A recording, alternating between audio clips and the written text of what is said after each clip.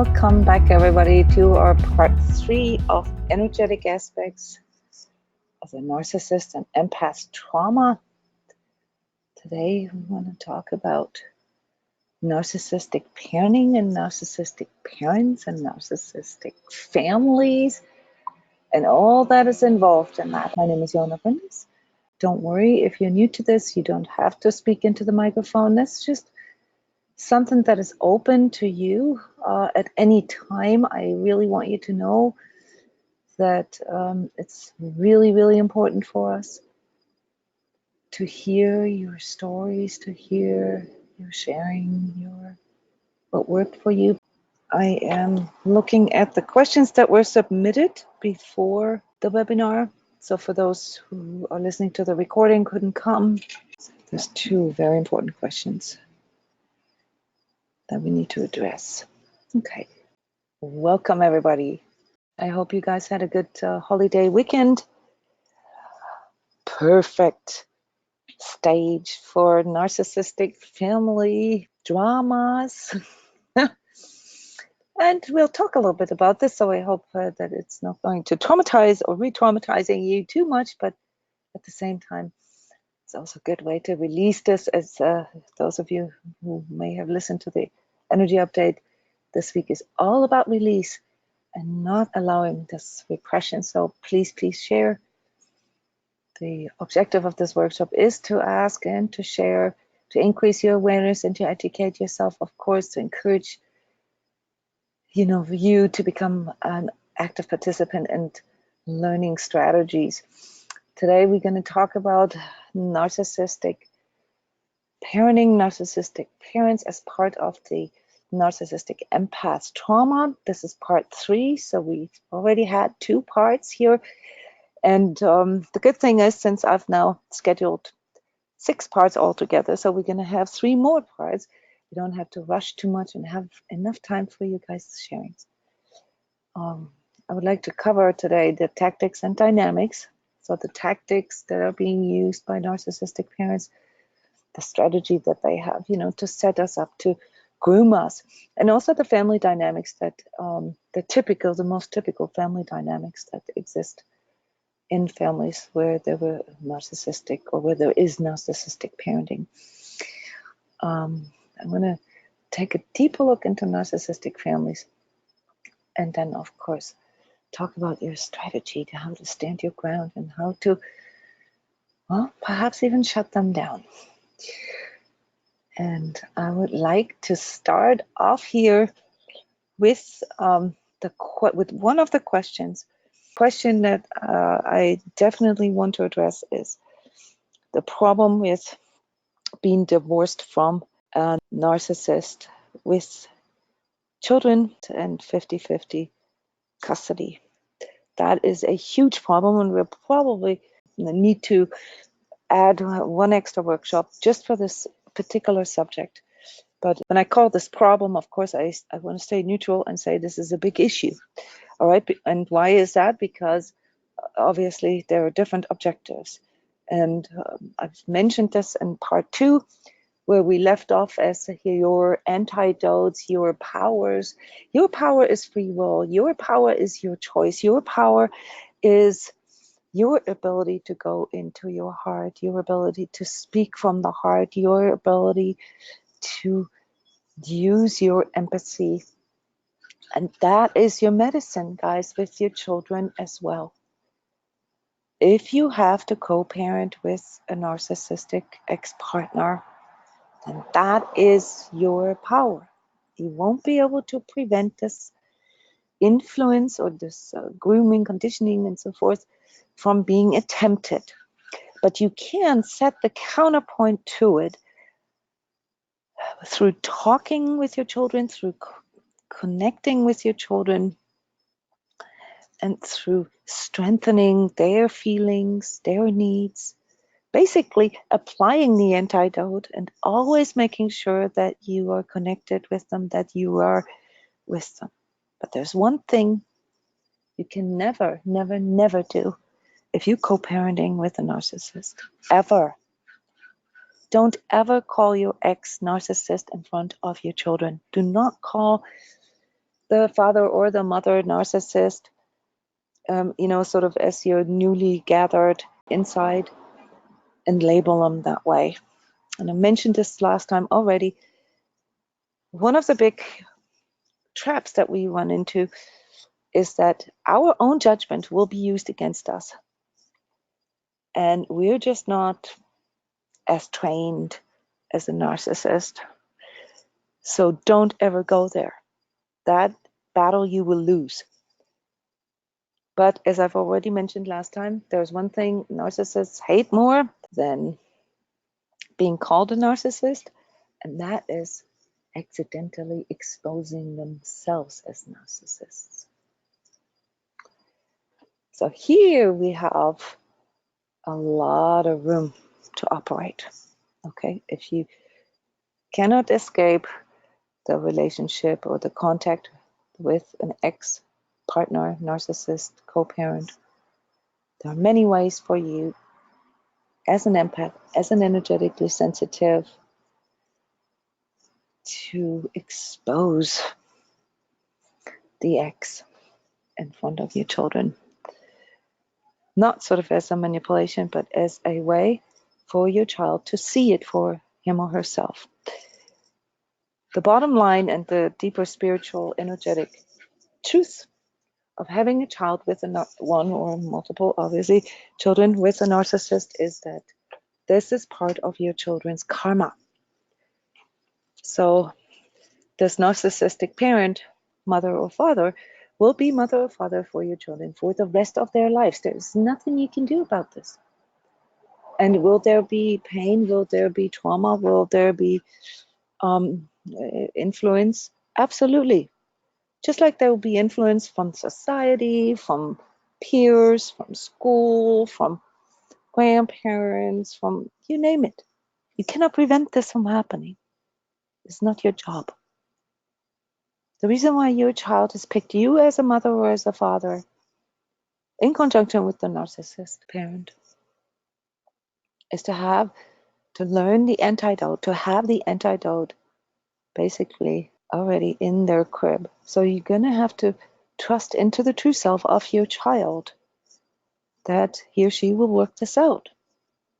Your job is not to badmouth or to judge your partner.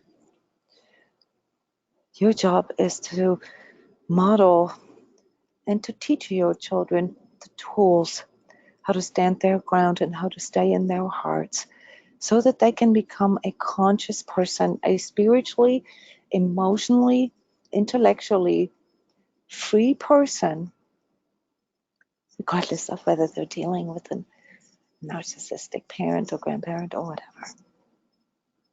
I hope this answered the question. I'm sure we will talk a little more about this here today. So this is open mic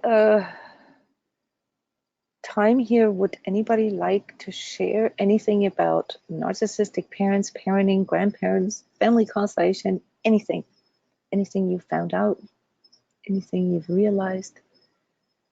As a sacred self-healing member, you have deeper insights into the energetic dynamics, and you have been trained to look at things such as your inner child and your trauma. Who would like to share? Hi, this is Amanda. Hey, Amanda. Well, I have a lot I could share. I think now, working through this a lot with you, especially recently, I didn't realize there was a part of me, I think, that still believed or had the illusion that it would end, that one day I would just be good enough or do the right thing, and then my ex-partner, my co-parent, would see the light and do the right thing as well. I didn't realize that there was a hidden part of me, that codependent part, I think, that still thought if I tried hard enough, I could still fix the dynamic for everybody. Or even all the way to like you could heal it. Well, but I mean, maybe that's what you thought while you were still married, not so much. Oh, definitely, definitely then. But now that I gave up the idea of healing it, I really thought that co-parenting and everything that goes into that and the legal aspects of it, that there would be a point where the hard part would be over. And that's not the case. Yeah, I mean, this sounds a bit demotivating here, and I know that this raised a lot of emotions last time in part 2 when I basically said something along the lines, you know, a narcissist has very little chance of healing. In other words, the chances of this ever ending, whether you're in a relationship or in an ex co-parenting relationship, are extremely slim to pretty much non-existent. And why is that? This isn't a statement that's coming from judgment. That's a statement that comes from the the nature of narcissism itself. The reason why Amanda is correct in this assumption is because the narcissist basically doesn't think anything is wrong with them or with the way they're doing things. And yeah, sure, we all have narcissistic traits. We talked about this. So this isn't about labeling. This isn't about making the other wrong or blame the other. We all have an ego, and the ego in and of itself is narcissistic in nature. We're talking about narcissism that we've identified based on sort of the number of coercive and inversive tactics. Okay, so when somebody uses, say, 5 or more of these manipulation tactics, then we can say this is a person that shows narcissistic behavior. We're not making a diagnosis like a clinical diagnosis. A narcissistic personality disorder, which is the diagnosis here, is of course it requires a few more things, but it still, you know, is something on a sliding scale. So to a degree, we all have narcissistic traits and we all use narcissistic behaviors from time to time.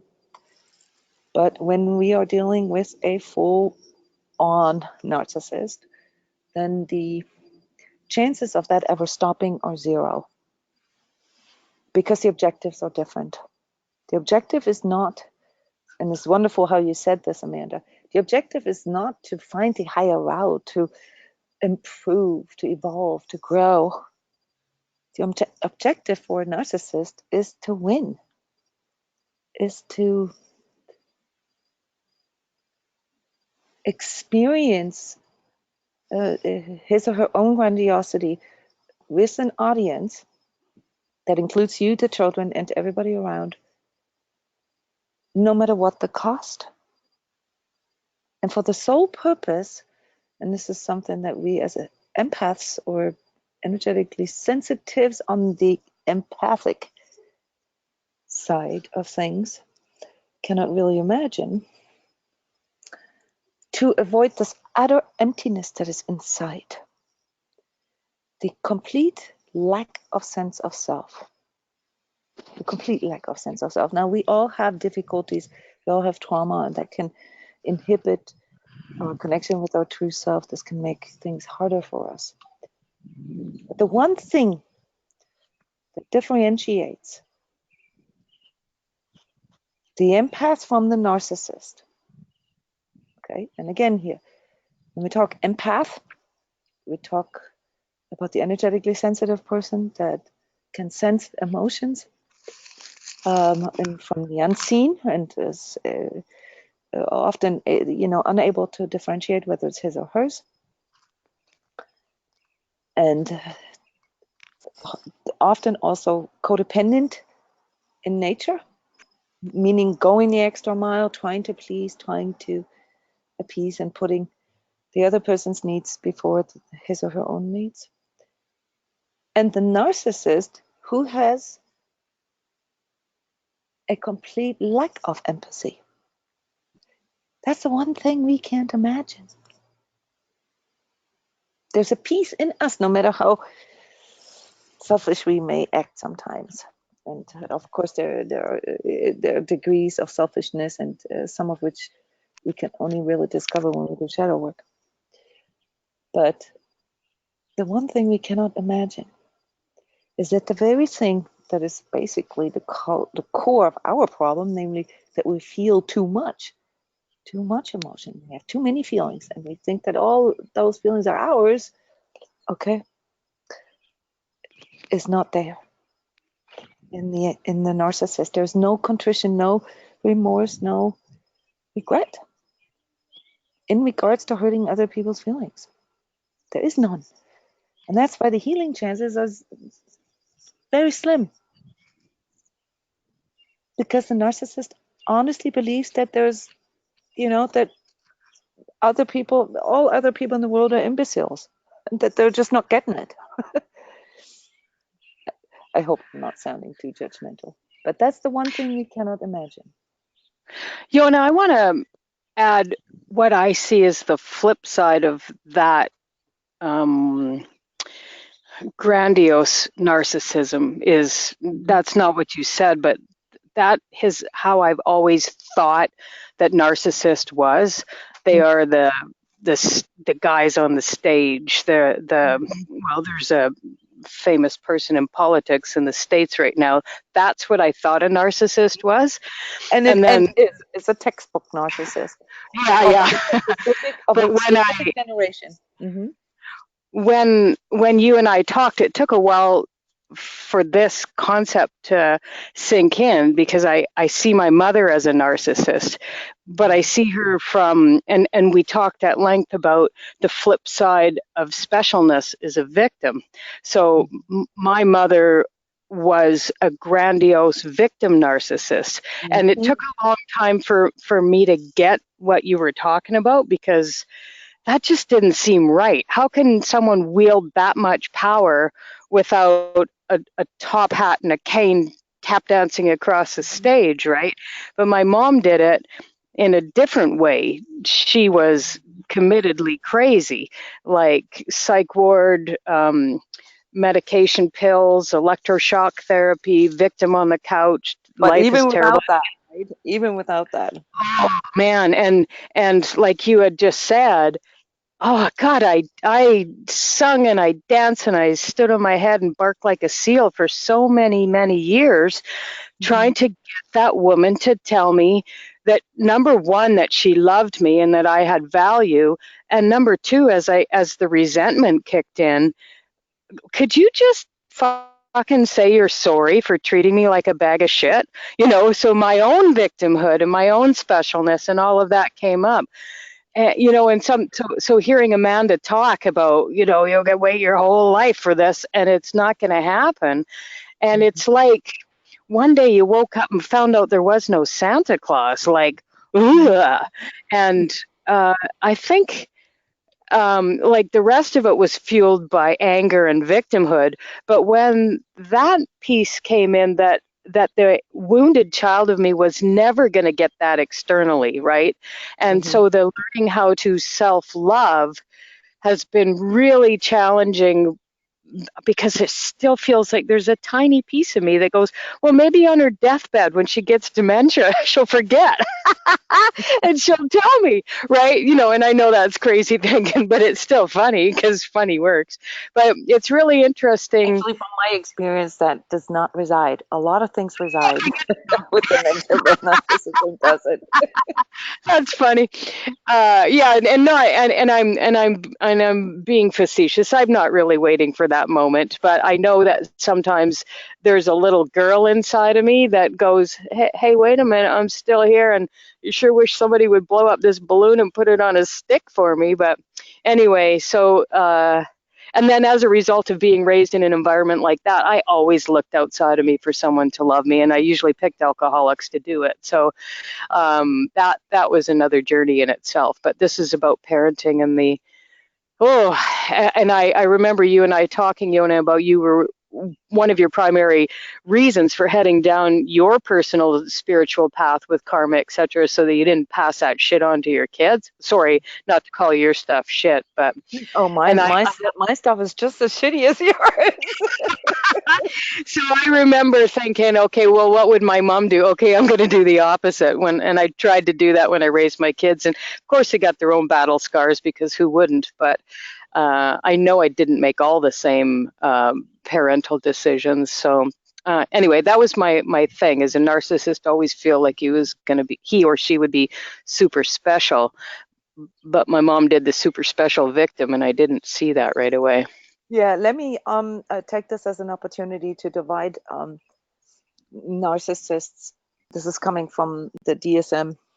It's coming from psychology, to divide the narcissists that we're talking about into 4 groups. I would like to add another group that is a specific one here that comes up with empathy. And then for use and all of those of you who have had mothers or fathers, but especially mothers, who were showing signs of mental illness. Okay, I want to point out that mental illness, substance abuse, alcoholism, and severe trauma in our parents, but especially in mothers, can come across as narcissism or can breed narcissistic behavior. Okay? I want to point this out, not to make this more complicated. But narcissistic behavior is a fundamental, rudimentary survival trait. Okay? And when someone is displaced in some ways, okay, so I want to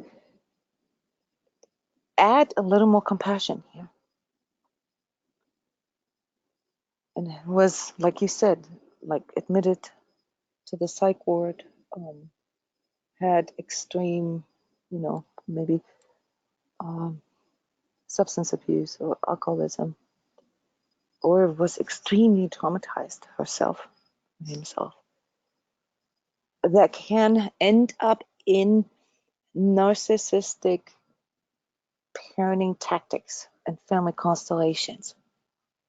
Okay, so please, when we talk about narcissistic behavior, narcissists, I want to point this out, we're not labeling a person as a bad person. But here's the definition of, the 4 different types of narcissism. That's the first one is the grandiose, the pompous type of narcissist that you mentioned, Cheryl. That we can see in politics, we can see them in big corporations. Those people are very obvious, and they can get pretty far in this society. This is like basically stepping over dead bodies to end up at the top of the world. And this comment that I made about the narcissist looking at other people as imbeciles or slaves or whatever, supply in some ways, is very fitting for this grandiose, pompous type of narcissist. Then comes the malignant type of narcissist, the mean one, the one that has that often has a very psychotic behavior, and most of the time also tends to be sociopathic. So it's a bit more pathological. Serial killers are very often malignant narcissists. Okay. Now again here, they all have some kind of big trauma there. Never forget that. Then type number 3 is the covert narcissist, and that is the one that you talked about, Cheryl, and this is one that many of us actually see nowadays, is the victim, the passive-aggressive one, the hypersensitive one, the one that sort of blame shifts everything, constantly complaining about the world and how everybody's are just out there to get them, how, the government and how this and the system and blah, blah, blah, all the way to conspiracy theories, the fixation on that, obsessing about this sort of powerlessness, and often also obsessing about how undiscovered they are, like the world just doesn't get them. The starving artist archetype would be one of those. Okay.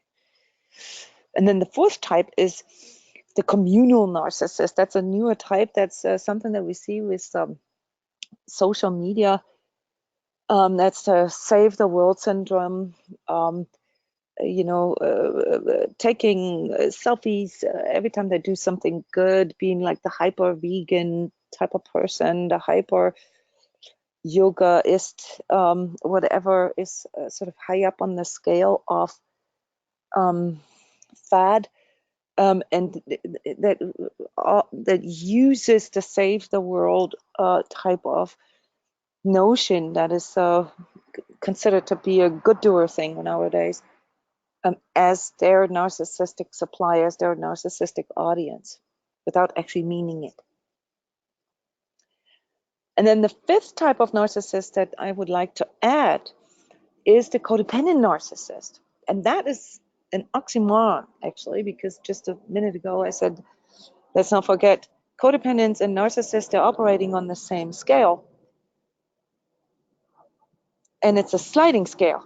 All right, that's very important to understand. But the codependent narcissist brings in a very, very specific set of traits. And the codependent is often an empath, not always, but often, and was raised by a combination of a narcissistic and a codependent parent. So basically the offspring of such an traumatized empath narcissist relationship. Yeah, the kids that we talked about earlier, potentially. And here's somebody sharing, I'm witnessing my relationship and my energetic dynamics with my family transforming right before my eyes right now. And I often confuse narcissistic parenting with codependent parenting. Yes, rightly so, because it's a sliding scale. Okay, so codependent can be very narcissistic and also show narcissistic traits, often, as we have covered in number 2, as a survival mechanism of ongoing continual trauma through the narcissist. And also, and let's not forget that there is a very strong energetic dynamic, a transference taking place in a narcissist empath relationship that literally sort of superimposes the narcissistic personality onto the other, and simultaneously sucks vampirically the traits, the positive traits, the positive behaviors from the counterpart towards the narcissist. Okay, so there is a transference of the pathology to the narcissistic supplier, narcissistic victim. And therefore, if codependents stay in a relationship with a narcissist for a prolonged amount of time, they kind of end up acting like narcissists, which is why those of us who've had narcissistic parents are on the sliding scale. And that is the type 5 narcissist that I would like to add, not as a like narcissistic personality disorder, but as a phenomenon. Okay, this exposure to narcissism, especially if it's the caretaker, and especially if it's the mother. That's what the statistics show. That this breeds people, like children, that are either narcissist or codependent or a mixture of both. So your confusion is correct. But the one big difference between a true narcissist and an empath or codependent empath or codependent narcissist, if you will, is the absence or presence of empathy. So can a narcissist really feel into the hurt, into the trauma that he or she causes? The answer is no. Can they interpolate intellectually, cognitively, imagine maybe what the hurt, what the trauma could be? Yes, it's called cognitive empathy. And that seems to be the only therapy right now, that shows just a little bit of hope for narcissists, is to train them with cognitive empathy, to become more adept to social rules. Okay. So that's very common. Someone else is asking, question: I struggle with lingering guilt of being in a parentified role with my covert narcissist mother, who experienced chronic incest growing up. Could you speak about guilt and boundaries? I will, absolutely. This is probably the single most, or the 2-3 single most important aspects of narcissistic family constellations and narcissistic parenting. Incest is a huge topic with narcissistic parents and narcissistic families. Not so much the actual act, but the cover up thereof. So it's not always, actually, I don't know what the statistics are, but it's not really in the foreground. It's not the narcissist that commits the incest, but it's often the one that covers it up, all the way to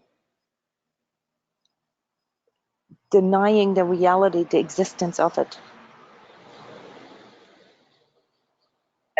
I think it's time to ask a few questions here, guys, because you guys have really deep questions and very fitting.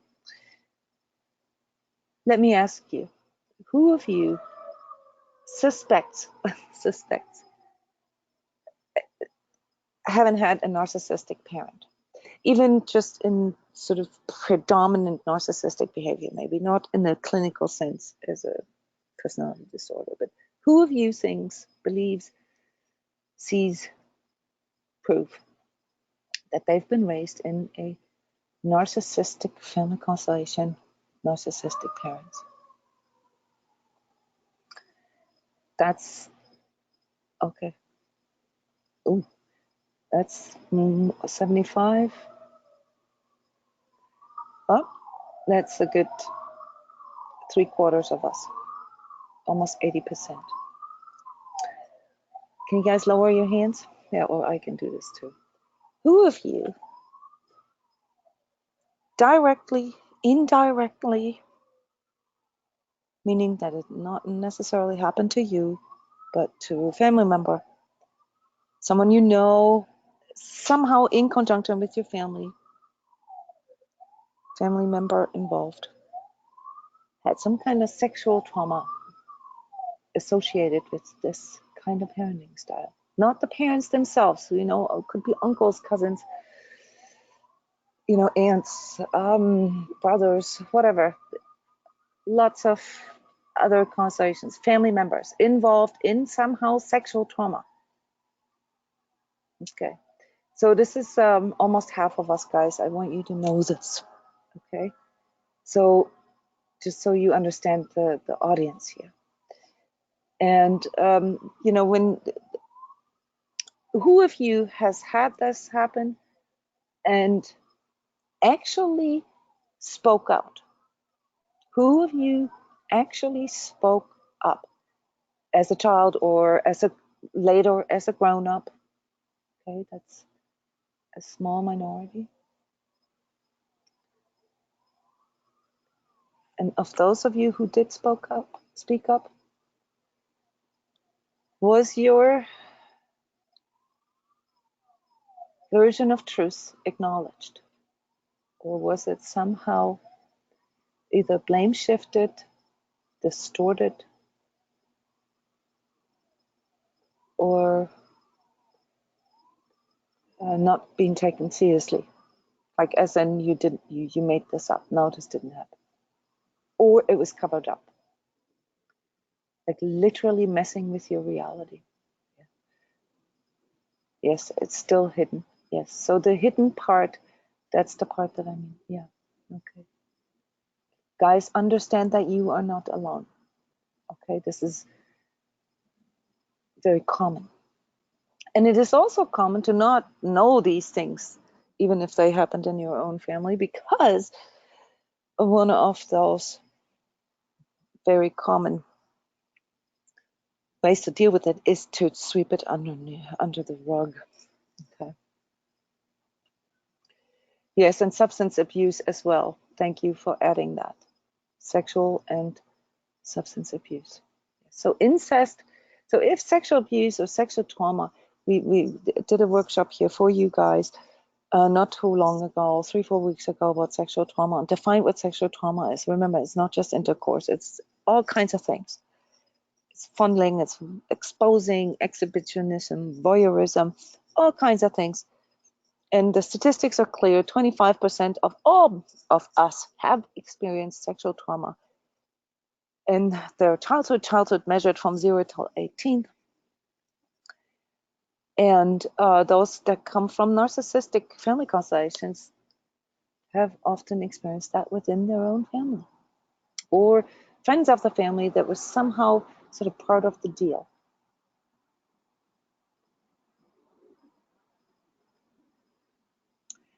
Yes, and here is someone sharing, I actually tried to make my family, to take your family through to heal and put yourself in residence therapy, and the parents still made me wrong. Yes.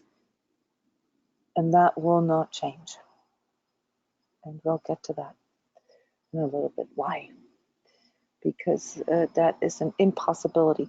That is the exposure that I mentioned before, and that's the exposure of the narcissism, the exposure of the hidden, the exposure of the secret, the family secret, which is why narcissistic families are often also very similar to family cults.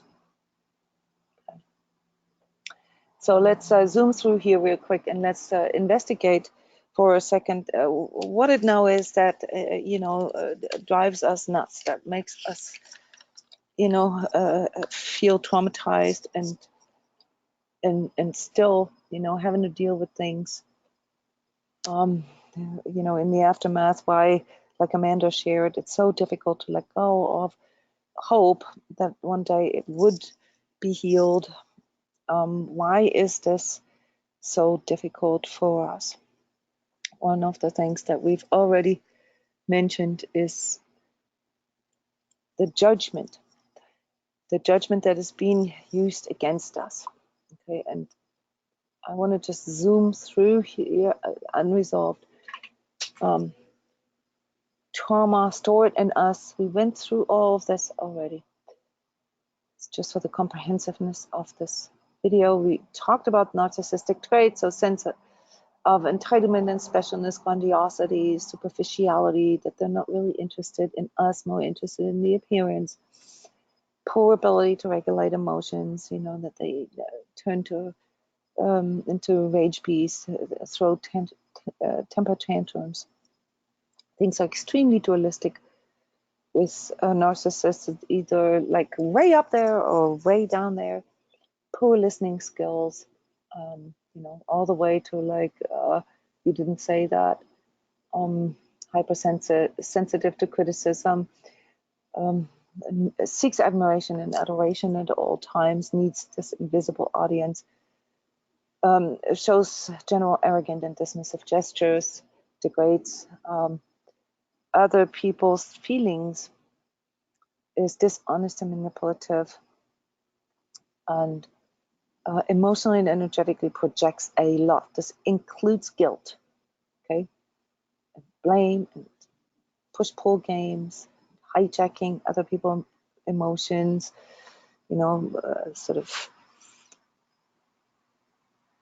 steering you into things, involving you into drama, entangling you into invisible contracts, and extremely high degrees of enmeshment, triangulation, and double binds. So we went through these things last time, so part 2 goes a little deeper. Here, the general manipulation tactics that we find with narcissists. General objective of the narcissistic manipulation is to secure, fulfill, justify, reconfirm, and validate the narcissistic needs, desires, and the reality as a whole in order to avoid the feeling of empathetic emptiness, lack of sense of self, and the deep, deep insecurity that resides within the narcissist. The objective, that's the object, the person, basically, that is being sucked dry, being us in this case, can deliver this or offers this fulfillment voluntarily a lot of times. That person is called narcissistic supply. So you guys are narcissistic supply. And last time we talked about this in general, but here we talk about how this affects us when our parents are like this. So what are the tactics here? 10 most common tactics. They're very enticing, charming, give you the feeling that they're interested. They, love bomb you. They, sort of praise you up into the sky, all the way to making you sort of the trophy child, the golden child. They also tend to data collect, which means in parenting, you can see this with this hovering parent that, controls, social media accounts and so forth. Mostly all just to have a few more docking stations to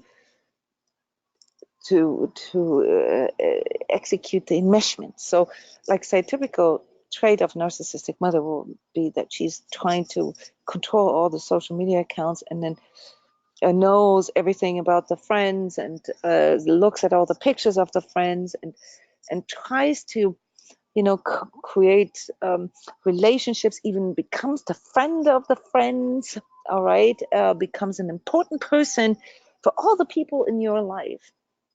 Okay, this also happens in relationships, but when parents do this, they really enmesh in the child's life. Distracting, blindsiding, gaslighting, and crazy making, which also includes the hiding and the things that we just talked about. Double binding, praise and slam, and inflate and burst. Those are very typical manipulation tactics. In other words, they will tell you 1 second that you're the best child or the best person in the world, and next second they will say things such as, how could you do this? What kind of person are you? Or the more converted version of that is, oh my God, the daughter of my friend, she's so awesome. She just made a PhD in so and so, and she has the most wonderful children, and she's the most wonderful person. And look at you. Or sometimes even less direct, like she'll just point this out in such an exaggerated way. Oh, you guys not seeing the slides? Dang. Thank you, Amanda. Oh, you got to say this right away. Sorry. Okay, so we are here at number 3, distracting, blindsiding, gaslighting, crazy making. Okay, the crazy making is the part where basically your reality is being denied. Okay, you guys get all the slides. No, it's never just your screen, guys. It's never just your connection. No, always speak up, please. Yeah, so this is quite an important thing here to understand how this how these converted mind games function, so that you can understand narcissistic parenting a little better. But we get to specifics of narcissistic parenting here in a little bit. I just want to zoom through. Number 4, double binding. Oh, that was number 4, double binding, praise and slam, inflate and burst. Yes, this is also something that is often used against you in conjunction with your siblings or other family members. Then number 5, devaluating your reality, your feelings, your needs. You just made that up. How could you say these things? How could you feel this? You're absolutely wrong. And often, simultaneously pushing their own feelings, their own needs onto you. So you say like, oh, I have such a headache, not feeling really well. And then the narcissistic parent will come in and say, and oh my God, and my headache or my back pain is way worse, and is now twisting it all around so that you basically forget what your problem is and just get focused on the parent's problem. Number 6, cognitive dissonances and denial. That is where your judgment is being used against you, where you constantly being held in this question whether or not you're being loved. Very similar to what you shared, Cheryl. This carrot dangling also is like, if they sort of give you the feeling that if you are good enough, then you will get what you want. You will get this love, but you'll never get it. Why? Because there is no love. That's not to say that they don't love you. They love you in their way, but you will never get what you want on that level of empathy and heart level that you're expecting, because that does not exist. Denial is also part of this. So obviously, secrets and so forth play into this. And, a lot of projection, a lot of negativity that constantly make you second guess yourself and doubt yourself, and especially your reality. Okay. But never actually saying you're wrong, just making you doubt your reality. Number 7, trauma bonding through hurt and rescue. That's a really, really mean one that is often played out in relationships. But I've also seen this with parents and their children, and that is where they, become rage beasts. They become really mean parents for a second, and then they turn around and say, oh, I was just kidding. I didn't mean it that way. No, you got me wrong. By the way, if you want to actually learn what narcissistic parenting looks like, watch the Disney movie Tangled. Whoever wrote the script for the Rapunzel's stepmother, or the lady that plays the mother in Tangled, is a genius. This is like textbook narcissistic mother that is being played out there. She uses tactics like scaring her, making the world outside of the family unsafe, basically taking down her abilities and her skills, making her feel like she won't be able to cope with this anyway. There's nothing outside of the bond between her and her mother, and there's nothing, so to speak, that she could expect. Hurt and rescue comes in, as this sort of bursting all your illusions, and then, but I can save you. I love you.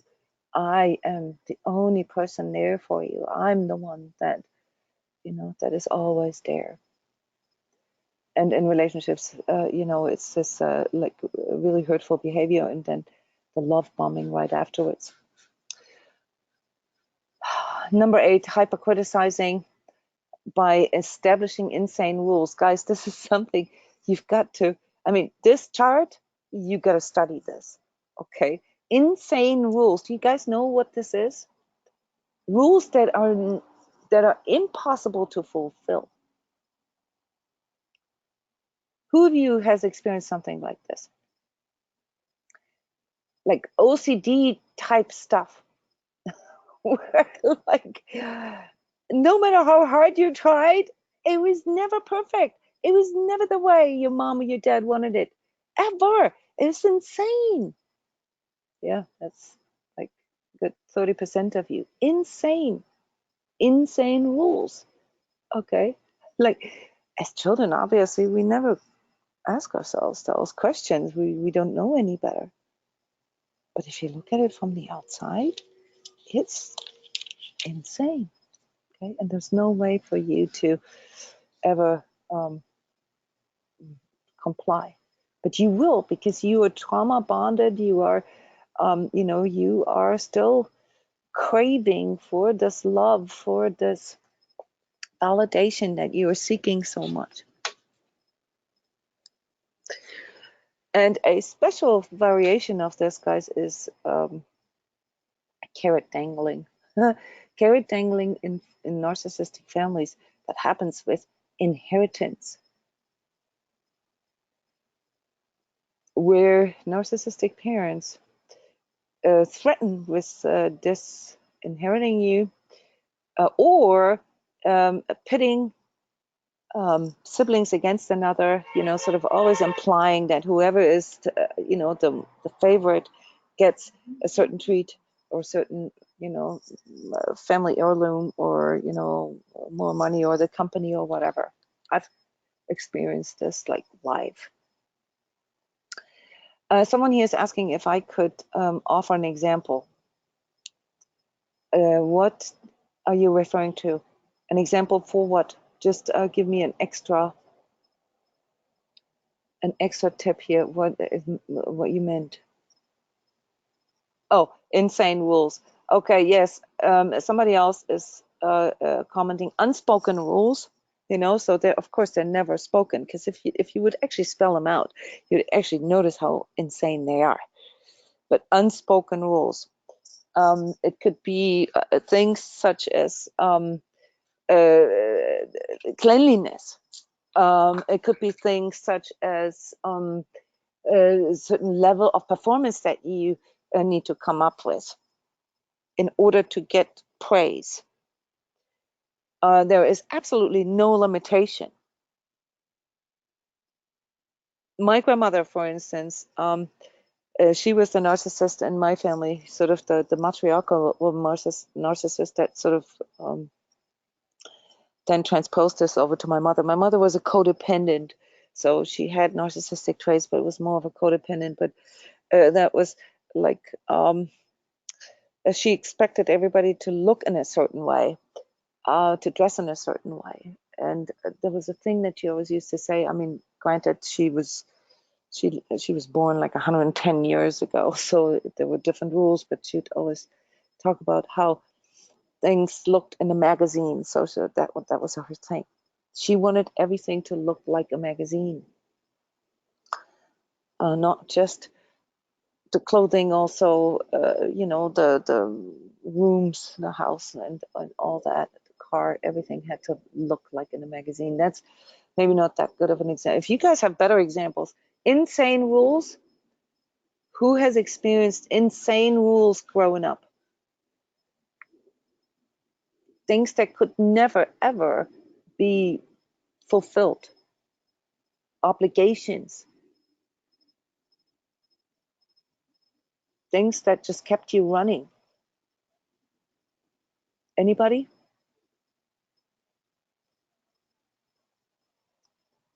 Yeah, well, yes, Hi, a lot of you felt that way. Yes, can you make examples? hi, Jona. Hey, This is Becky. hey, Becky. Hi. I related a lot of the kind of performance.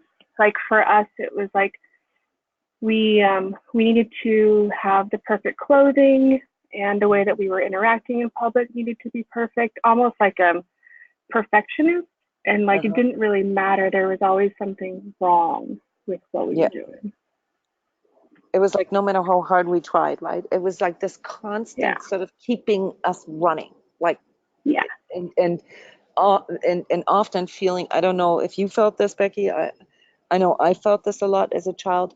I constantly felt like shameful about myself. I constantly felt Yes, that and I there was still something do completely wrong. today. Yeah. Yeah. Mm-hmm. Like my car's not clean enough, or it's Mm-hmm. coming in town, and my room's not clean enough, and I feel this intense like shame about it, even though Mm-hmm. she doesn't say anything. But it's, I think, from growing up with that. I used to have panic attacks when somebody announced, especially, of course, a mother or grandmother, themselves to come and visit me.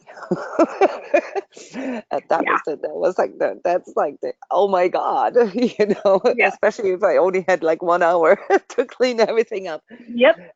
I can And still she was feel like this. that too. Yeah. Oh, With so would you do my unannounced grandmother. thing? Unannounced? Yeah. Mm-hmm. We all Same here. had to clean. Yep. Just to Mhm. it's like inspection almost. It Yeah. would feel like constantly like this. So I can still feel this as a PTSD in me. I don't have this anymore, that I try to be perfect, but I can still feel my initial reaction when somebody comes over to our house. I go through a shame cycle for a few minutes, and I look around my house and I feel just like completely shameful. And then I will not be able to get over this without actually at least making a remark. I will not get into this running cycle, but I will say, okay, look, this is chaotic here, so don't expect any, don't expect anything, then we're fine. So Yep. I can't, I have to say something. I can't let that's PTSD, literally. Yeah. Yeah. Thank you, Becky, for sharing. Somebody else is sharing hospital corners on your bed at age 10. Yeah, Oh, I bet you have PTSD as well here. Yes, you never could get it right. Yeah, feeling the pressure of being perfect. Yes, and oftentimes I've already mentioned this. It's been the way it's been done is can be very sneaky. They don't necessarily tell you exactly what they expect from you. That's the insanity of it. What they will do is they will pick other people that they will praise into heaven, and they will give you the feeling that this is how they want you to be. And obviously, as a child, there's very little, sort of comparison that you have, and then you think you have to be that way, and then you're like this, and then next minute they take down that person and slam that person, and all of a sudden you're like, you just tried for like years to be like this person, and now they're completely slammed. It's like really awkward. This is what I mean with insane. It's just insane. There's absolutely no logic and it's not possible. Yes, made an invitation for a visit and made the house best I could. A place to sleep, etc., etc. And parents were so upset with no words to it. The kids were excited to see grandparents, but in a huff, they left the visit to our home early, all upset, and I did not even know why. There, my kids were now the victims. Bad, I have experienced many times. Oh my God, how can you do this to your children? I'm so sad for your children that they have to grow up in this way. Yes, and the leaving the house in a huff, uh, the inspection thing, still happening today. Yep. Any other examples? Yes, we're all sorry for it. Yeah. Well, see, I can laugh about this, but this is why I do these webinars. That's why I do these webinars, and this is part of my healing process. And in this way, I can share the healing for you as well. Oops. One backwards here. Just go through these tactics so that we have something that we can relate to. Addictive carrot dangling, lying and cheating.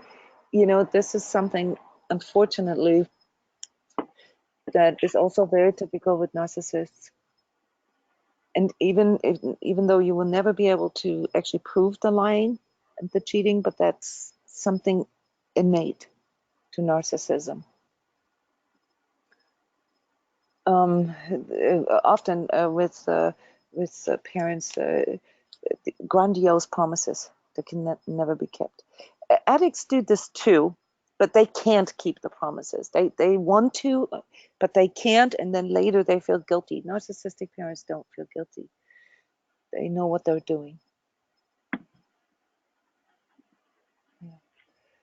Yes, exactly. That's all we can do. All we can do is to talk to our children. Mm-hmm. Blame shifting, accusing, sabotaging, separating.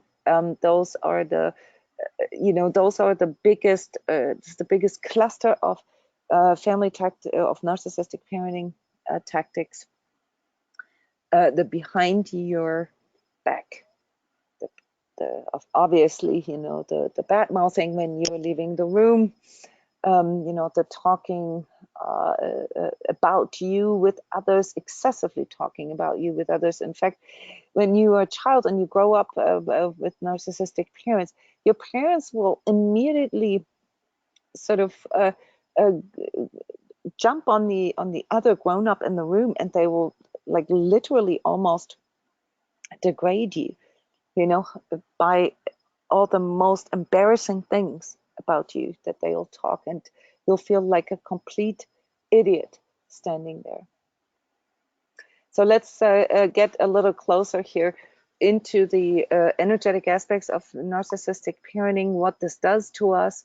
Obviously, it creates the same symptoms that general or common narcissist abuse symptoms entail. We talked about this in part 2. All of you should have part 2 or should have access to part 2.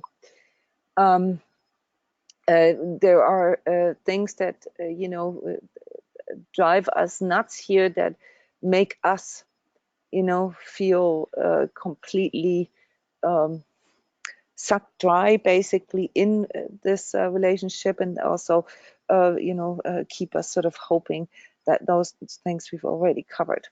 So oh, I'm going backwards. I wondered about this. Okay, so dealing with narcissistic parents and family dynamics. So somebody here wants me to go into the gaslighting, crazy making aspects of narcissistic parenting that involves hidden second families. It's pretty simple, that one I don't need to spend extra time on, because that's the same as hiding any kind of abuse, sexual inappropriateness is very, very common. The lying, this comes with the lying and the cheating. Okay, it's very, very common in narcissistic families.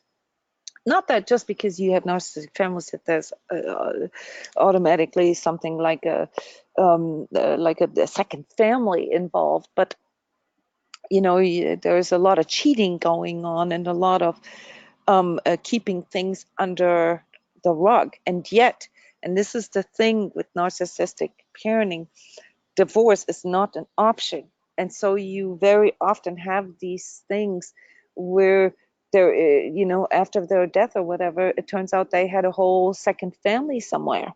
They had a whole separate life, a double life. Okay.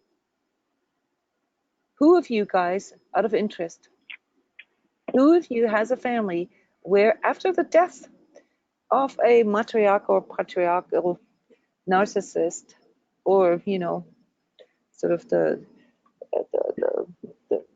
root, the legacy setters were dead, one of those big family secrets blew up?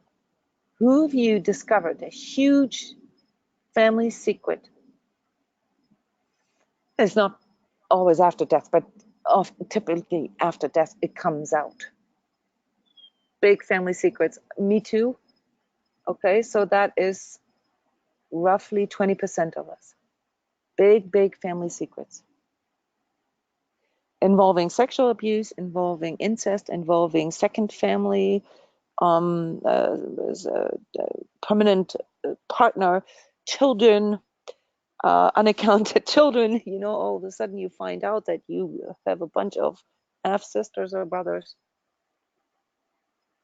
Very, very common, because divorce is not an option. Why is divorce not an option? And that's important to understand in conjunction with narcissistic parenting, what the objective is. Okay, the objective of narcissistic parenting, or narcissistic family, is to maintain a certain picture to the outside at all times.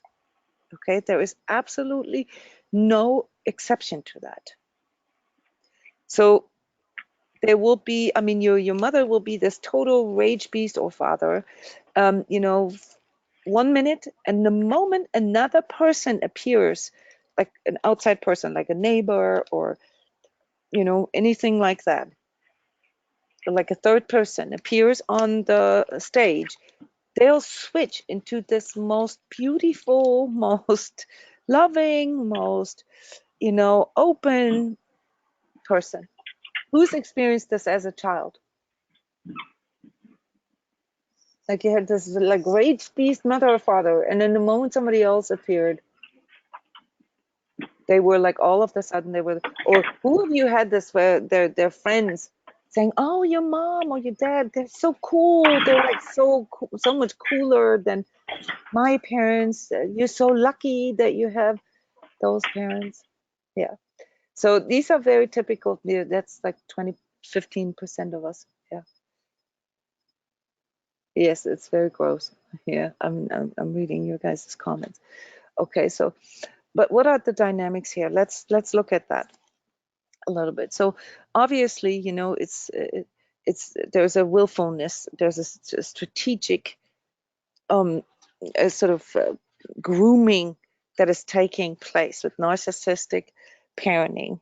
And again, here's sliding scale. Okay, so some of it are a little less aware of that they're doing this, and we'll get to this here towards the end. Namely, you know, can we also unconsciously be narcissistic with our children? Yes, we all are a little narcissistic as parents as well. But are we going to get there here? What we can do to prevent narcissism in our children? Okay. So there is a grooming that has to take place, and that grooming, guys, happens at a very, very early stage. Okay. This happens through projecting, you know, that you are responsible for your parents' feelings. That's the first thing. So they will, at a very, very early stage, tell you that it is your fault how they feel. Okay? That you make me feel so and so. They will also groom you to feeling responsible for their needs. So this has a lot to do with guilt tripping, because, you know, they will say things, "Oh, because of you, I couldn't I couldn't have a career. You ruined my life, or you know, because of you, blah blah blah," and that guilt trips you to, you know, then trying to make up. It's a way of grooming you to their needs. They'll also, you know, tell you that other people don't see how much they suffer and how, you know, helpless, how powerless they are. So this can happen in different ways. You know, there's variations to the theme. You know, they either portray themselves as the victim, or they portray themselves as the undervaluated, overworked, undiscovered, unappreciated person, to kind of, you know, like making you responsible, basically, that they had you. That's a big one. Who of you has experienced that? Who of you has experienced a mother or father telling them that ever since you were born, or you know, due to your existence, their life is a misery? Yeah, me too. Yeah, 15% of us. Okay, and this leads to you absorbing all their moods. Okay, you absorb their moods now because you think it's your fault.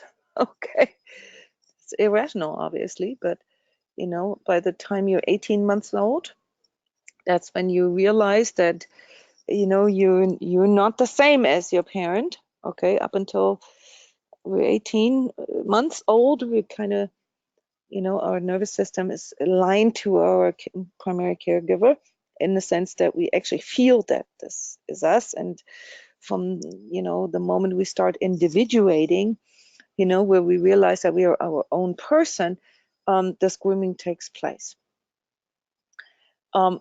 It also entails you pretending and creating a certain image. So they'll, you know, they'll dress you up, they'll make you look good, they will constantly sort of try to improve you, in a sense that they will push this on to you. This is unfortunately also very often with these inappropriate boundaries. We'll get to that here in a little bit. Because boundaries don't exist really for a narcissist. That is a major, major tactic. Okay, to constantly cross your boundaries, because then you don't really know where you begin and where you end. And often that's also enforced with rage, like this huff and puff, this abrupt leaving the scene, this turning into a rage beast, this cutting you off from your lifeline, like being absolutely sort of cold all of the sudden. Okay, this is the form of abuse. You got to understand that. There's a lot of emotional abuse in narcissistic parenting. Yes, and family secrets, that is absolutely, sort of part of that MO. The grooming, though, is all there to make you gravitate towards the narcissist, because they need you as supply. And so the only chance you really have is to cope by going along. And that has to happen at a very, very early stage so that you never question that.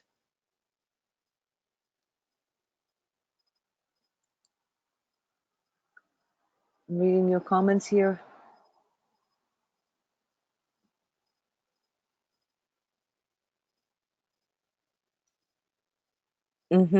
Yes, we have to learn how to set clear boundaries when we want to deal with our parents here and want to stand our ground. We get to this. So you got to understand that the way you are being groomed is that you're being, praised, you're being rewarded for things that are actually insane, that are actually toxic. Okay, and you've been exposed to hatred, to self-loathing. You're being punished, and healthy behavior is not appreciated. So you're being punished for healthy behavior. And questioning and, all these kind of things, reasoning and so forth, are things that are getting suffocated at a very, very early age.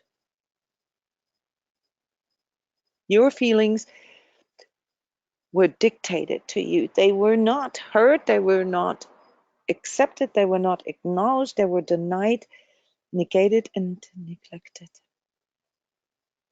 You have been groomed to align your feelings, your emotions, your values to the narcissist. Okay? And that's why, this perfect image and the perfectionism is so toxic, because when we have been groomed with that, we don't even realize how we're trying to imitate that. Okay? How it eats us up, our own worthiness from within, and how it kills off our assertiveness, our willingness, our courage to stand our ground. This happens in such an early stage, guys, that if you find yourself as a grown-up here, where you feel not just inferior, but literally incapable of standing up or saying no or expressing your feelings, that's because you have been abused. You have suffered narcissistic abuse. That's a trauma that you have. You've got to understand that.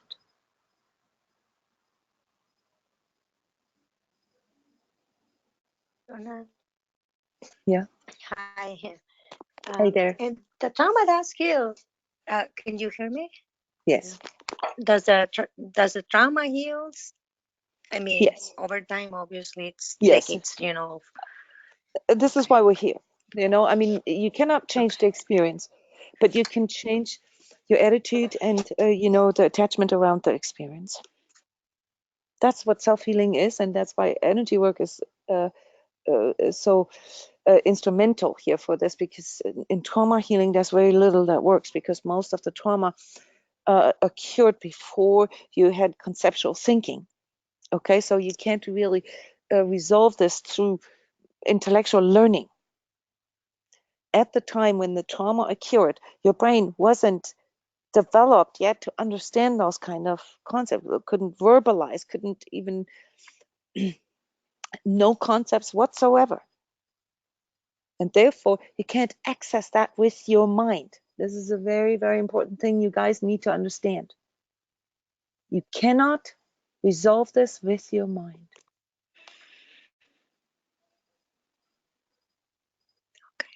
Thank you. That's why you find a lot of narcissistic trauma victims in coaching, healing, therapies. Like being the healer, being the coach, being the therapist. Seeking the resolution, but you'll never find it with the mind, but you can heal it, you know, through basically what we teach you in the Sacred Self-Healing course, you know, through compassionate inner child work, through connecting with your true self, connecting with your heart, emphasizing and strengthening your sense of self. Because what the main MO of narcissistic parenting is that the child's own individuation process, the child's own development of self is being suppressed on purpose.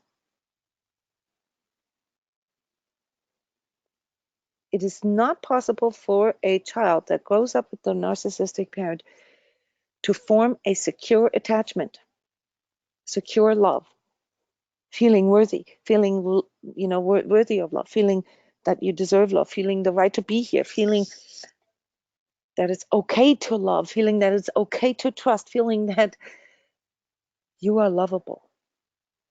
It is impossible for a child who grows up with narcissistic parenting style to develop that. You have to understand that. This is why you guys have so much problems with this. This isn't because you're not good enough. Each and every one of you who keeps going into, I'm not good enough. Why didn't I say this? Why didn't I do this better? Why am I not doing progress? Guys, you're still in your trauma cycle. You have to let that go. You need to learn to surrender this to your higher power, and your higher power comes through the connection with your heart. And you also have to accept that there will be no resolution with the narcissistic parent or family constellation, because each and everybody in that family constellation is infected. Narcissism is like a virus. It's a viral infection. And it doesn't always replicate 100%. But narcissistic parenting breeds mental illness, addiction, codependency, or narcissists. And of course, variations of that, combinations. So you've got to understand, this is a really, really intense topic. But I'm speaking to you in this way so you understand that this has nothing to do with your incapability. The confusion that you have. Yes, like you could, like you confirmed this here in the comments. Cutting you off from your lifeline, guys, is a severe first chakra trauma. And that's where you get stuck. That's where your energy gets stuck. That's why most of you have a first chakra block, a first chakra issue.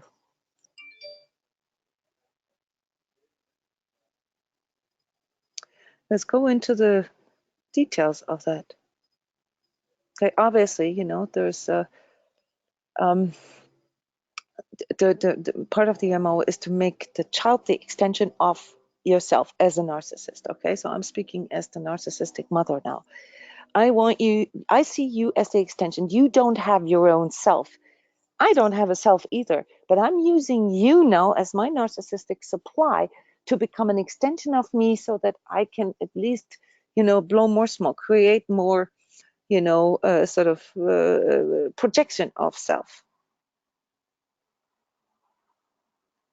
And while you, in your innocence, in your naivete, believe that you can depend on that connection, that that your mother or your father, that I will protect you, that I will nurture you, that I'm there for your comfort, for your care, for your understanding, that I will be responsible with you, that I'm always accessible for you, and that I'm engaged in the relationship with you, actively engaged in the relationship with you because I love you no matter what. I love you unconditionally.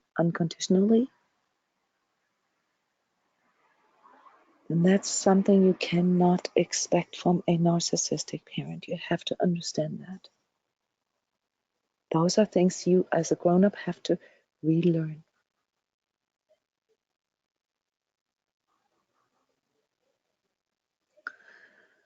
And this is why, we as parents have to be so careful here to not, especially if we had narcissistic parents, to not breed the next generation of narcissists. Yeah, and you're saying something interesting here. I feel like I'll never be healed enough for a healthy relationship. Yes, you will. But understand that the foundation for a healthy relationship is healthy friends, a healthy social environment. Okay, it's very, very important. So don't seek the next partnership because you may not be healed enough for that yet. Yes. Have a good foundation of friends. Have the secure attachment that I just illustrated here. When you can trust someone that they will be there for you, that they love you unconditionally. Have a reference feeling for that. Have that in your life, and that way, even if you attract a narcissist into your life again, you have a support system, and that support system can also reflect that back to you, because you may be blind. This is one of the issues here for us codependent narcissists, codependent empaths, is that it's so difficult for us to spot that because we've been groomed, we've been primed for this. Okay? And when you meet a narcissist, it will inevitably remind you of your mother, your father, your lifeline, and you'll gravitate towards it again because you've been primed to do that.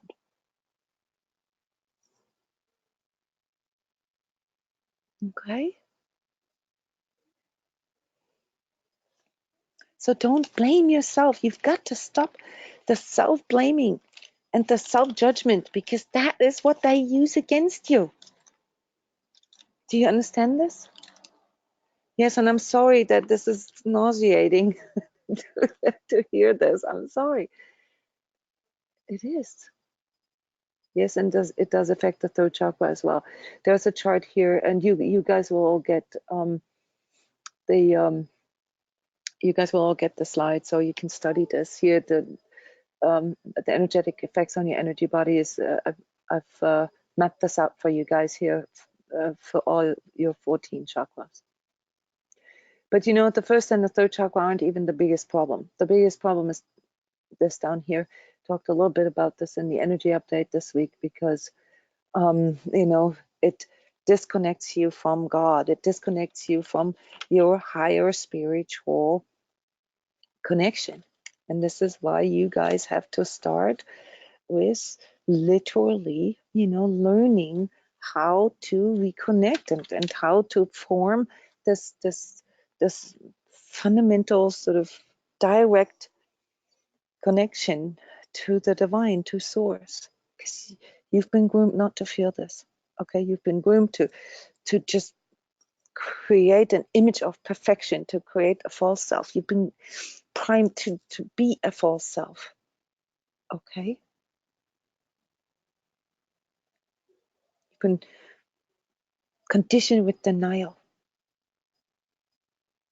And all this has created a lot of unacknowledged anger in you, which is why most of you guys get stuck in your anger. Okay, you get stuck in your anger, and you find anger is the worst emotion of all, and that's why you suppress it the most. And this is also why you get stuck in anxiety. Anxiety or fear lies directly underneath anger. If anger does not get expressed, if it doesn't get acknowledged, guys, you get stuck in fear or lower pain, anguish. But anger is your key healing piece that you need to work with your own anger, not by yelling at your parent or whatever, revenge or anything like that. No, you've got to learn healthier expressions of anger. You were conditioned not to express anger because that was, of course, one of the things that could give you the power, the courage to break free from this. Why? Anger has more power, energetic power, than fear. Yes, it's not worse than fear, it's better than fear, and from an energetic point of view. So you got to learn how to get back into this. How to allow yourself anger, how to express your feelings. Okay? So that you can heal for future relationships. Okay? And that's possible. Okay. So what are the family dynamics here that we're looking at? Oops. And we're going to go over time, guys. I hope you're okay with this, or we just keep going with part 7. Okay.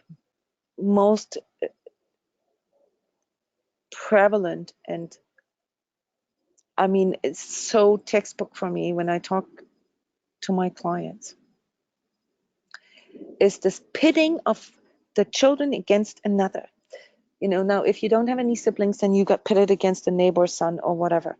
This constant comparing, constant competition, and constant sort of making you either in favor or in, I don't know what the English word is, disfavor. Either being the trophy child or being the scapegoat. And sometimes even permanently. Sometimes permanently. Like you've been the black sheep of the family, period. And that is it. And you just get used to that. That is one of the most common one that I observed. And the next one is triangulation. There's always somebody else that's been pulled into it. Either the other parent, and your dad says the same thing. He thinks that blah blah blah blah blah. That's triangulation. Or your sister told me that you blah blah blah. And there is no way of you proving this or them proving it. It can't be proven. So you're sort of constantly pitted against an invisible other person. Okay. Also, of course, the manipulation of that other person, on putting you down, gossiping, behind your back, or glorifying, same way. Okay. Number 3, the complete lack of effective communication. There's these narc tactics, word salad and earshots and stuff like that. There's so much miscommunication, conscious and obvious miscommunication that happens in narcissistic families.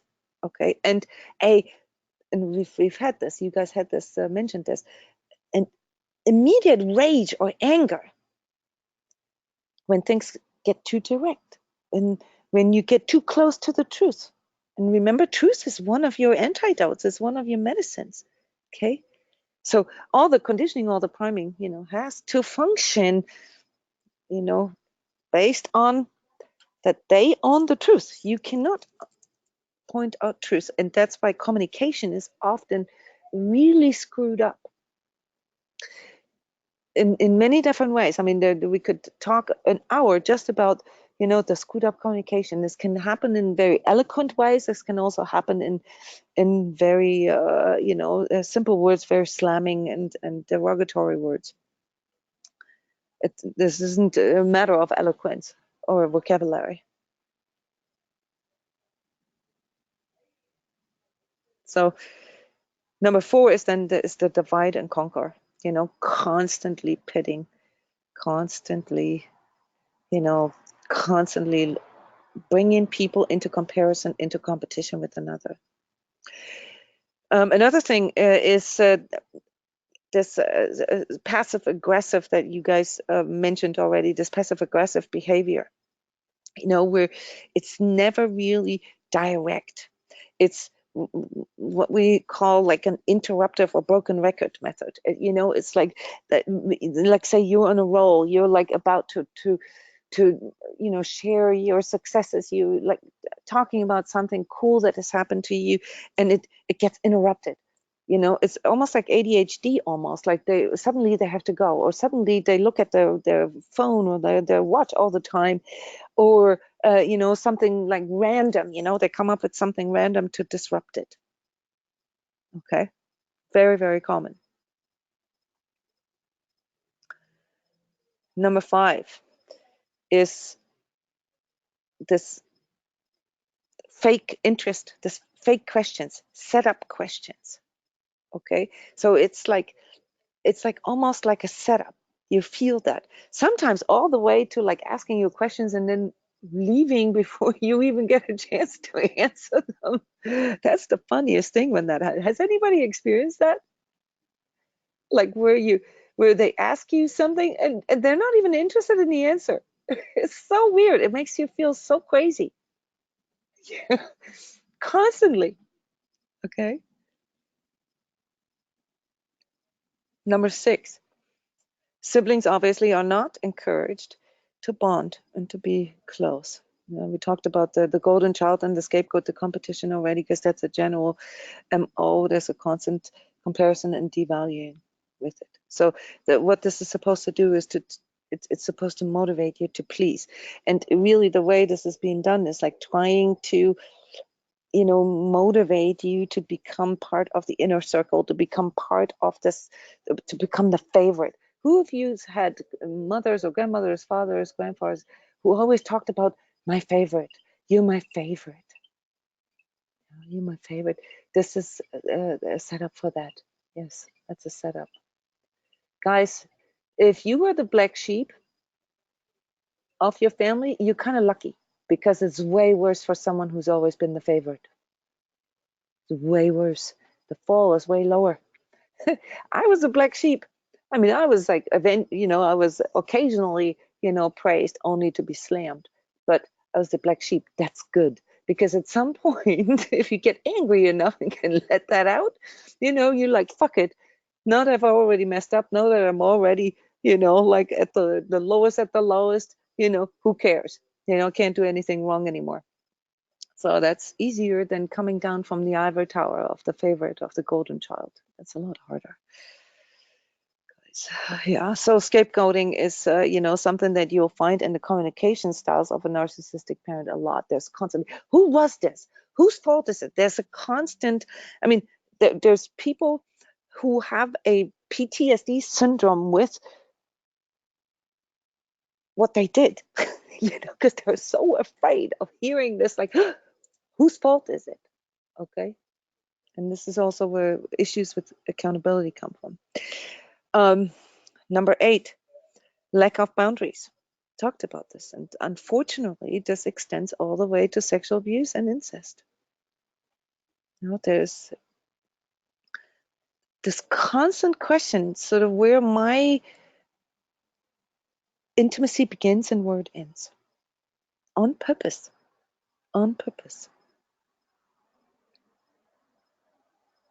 There is no respect for your intimacy, for your, whatever it is, be it your body. I mean, this can go all the way to body, but this is mostly your emotions and, your values, and this does not exist. This is all there for you. Your only purpose for existence is to be narcissistic supply, to be an extension of your parents and the larger sort of construct, which is the family. Okay. That is the only intention. And number 9 is, of course, the denial of feelings, the valuation of feelings. This can sound something like feelings don't matter, or you just made that up, or, you know, I don't care how you feel. You know, sometimes the converted narcissist will pretend that your feelings matter, but actually completely disregard them.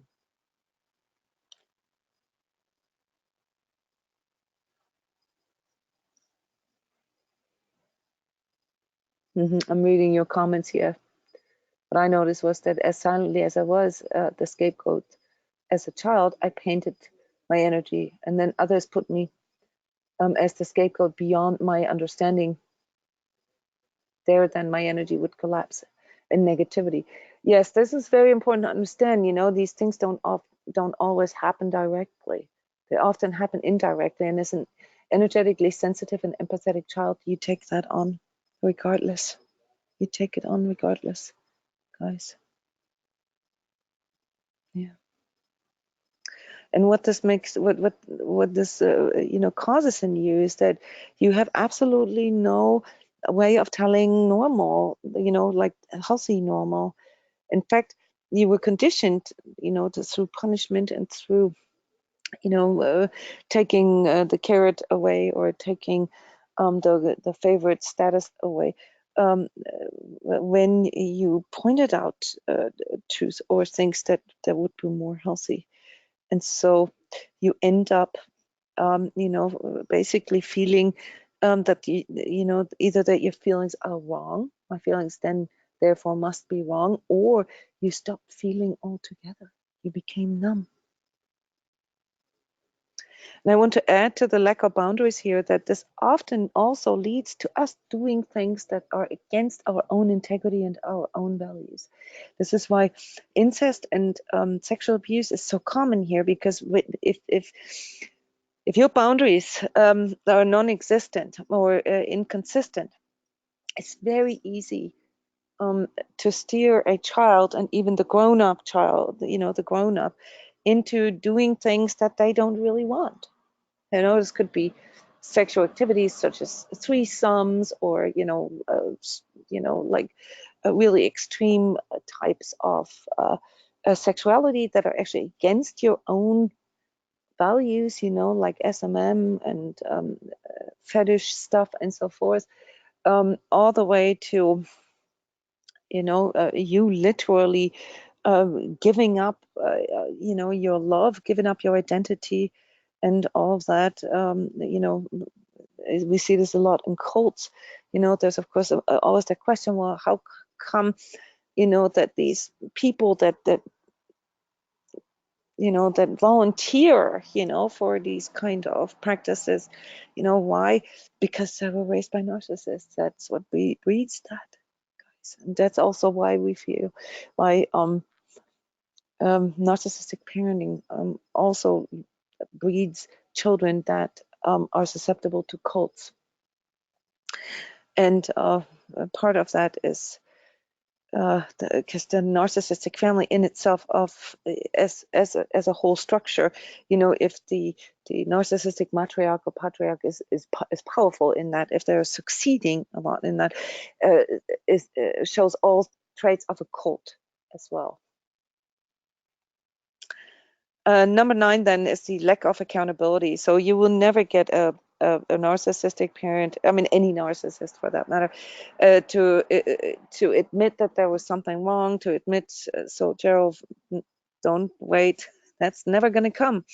There is no accountability. That is impossible for the narcissist to do, which is also why there is such a low healing chance.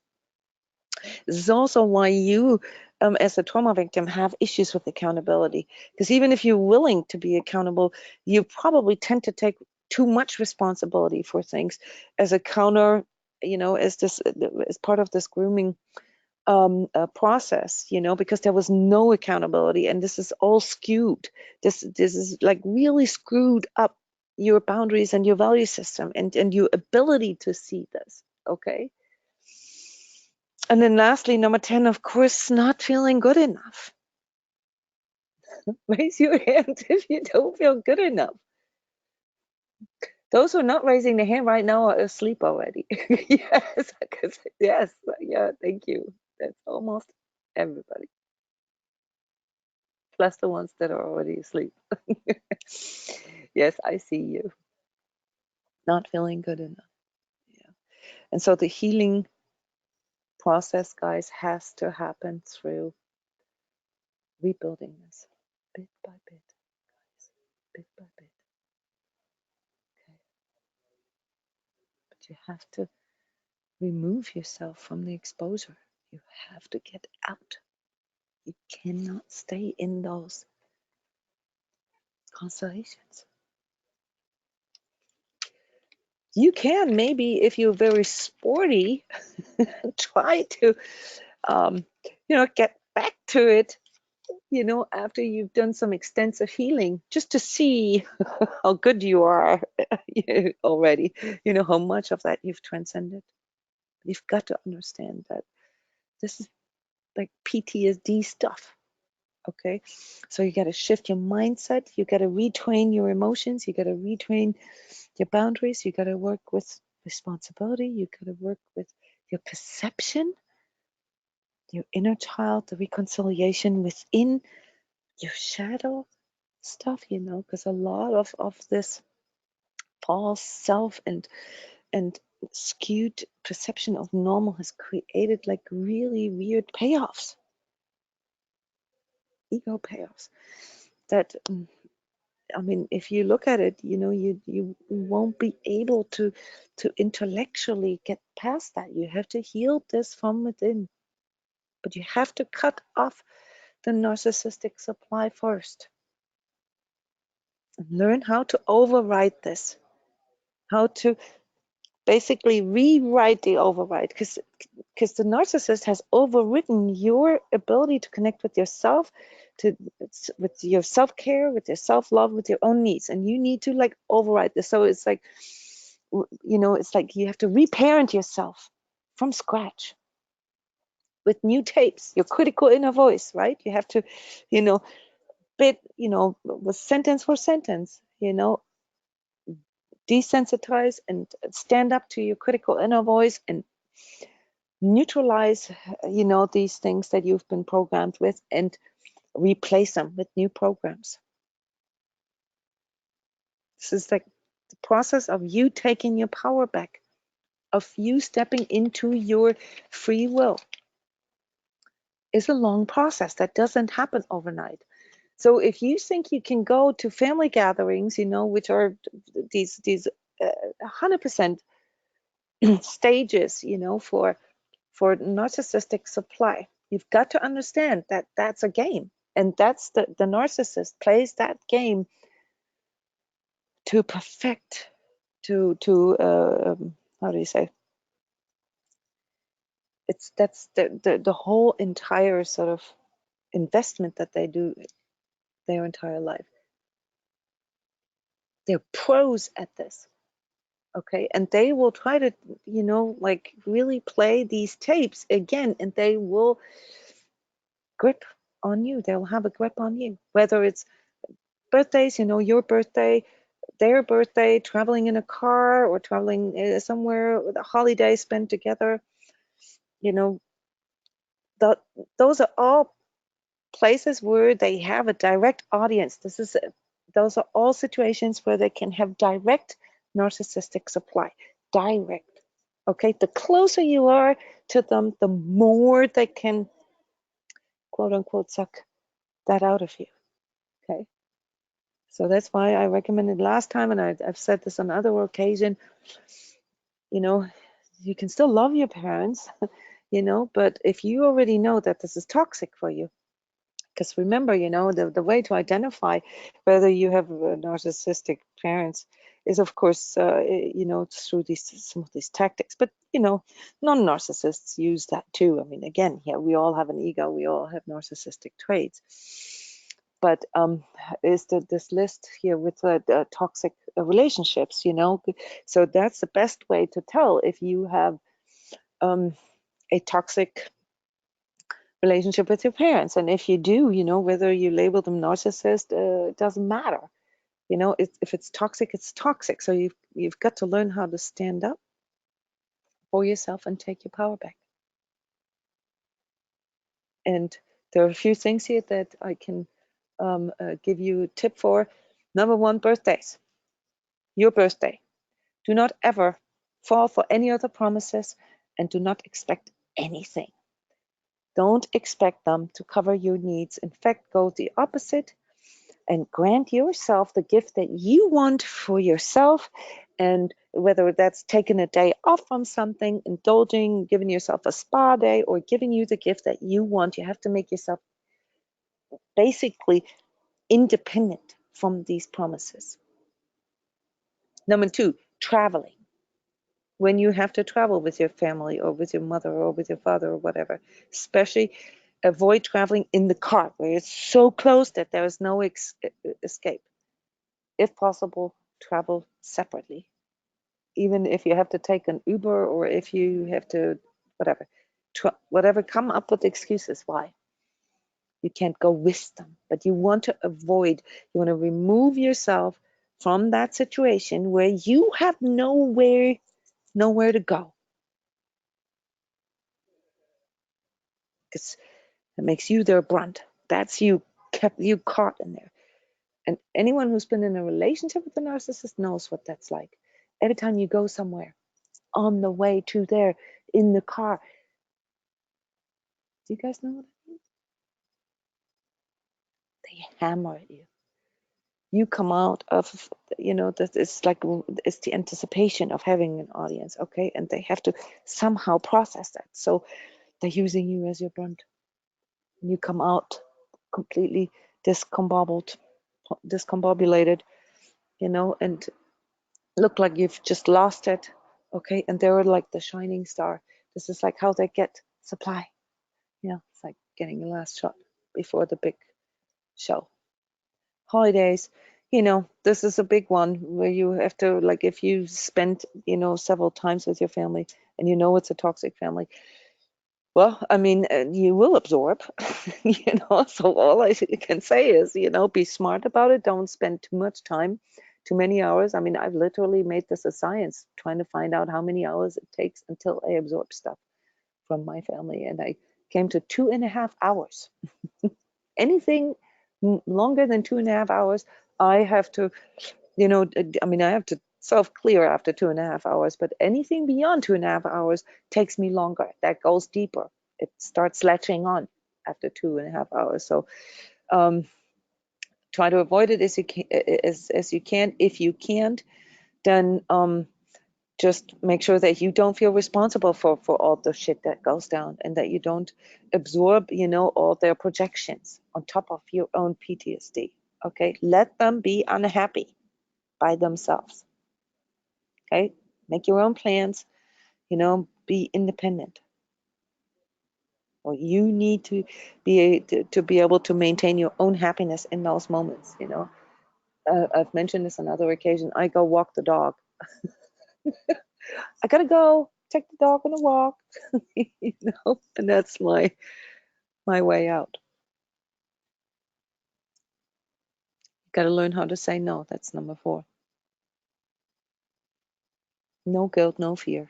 Remove yourself from whatever it is, if you have to. If it gets too bad, if the bad mouthing, if it gets too toxic, remove yourself. Or I don't know if you have the courage, but I did this on 3 occasions in my life. I kicked them out. I literally kicked them out. Took them, brought them to the door. I said, that's it. I'm throwing you out. You're done. Not in my space. I'm not telling you what to do, but whatever it is that you want to do or want to say, you can't say that to me, and you can't say that in my space.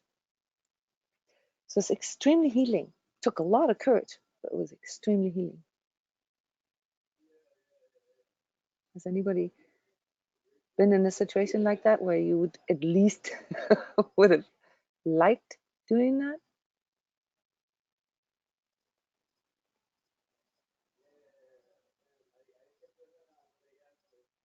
Yeah, you did. Nice. Oh yeah. Very good.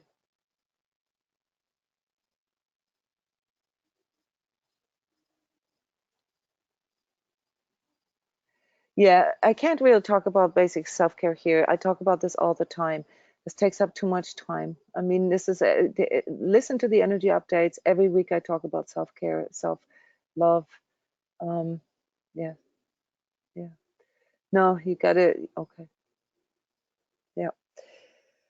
And then number 5, understand that it's the audience. Okay, so you know, you are audience too. You know, so if you can't change it, you know, then just remove yourself. You know, that usually calms them down, because then, you know, you, if you're the only audience, you know, if it's just you, you know, then just remove yourself. The fundamentals of dealing with a narcissist here before I need to wrap up, guys. Oh, grandparents. Oh my God, we could, no, maybe we should just do a different one for grandparents. There's so many examples, guys, but I'm telling you, narcissistic grandparents, let's cover this real quick.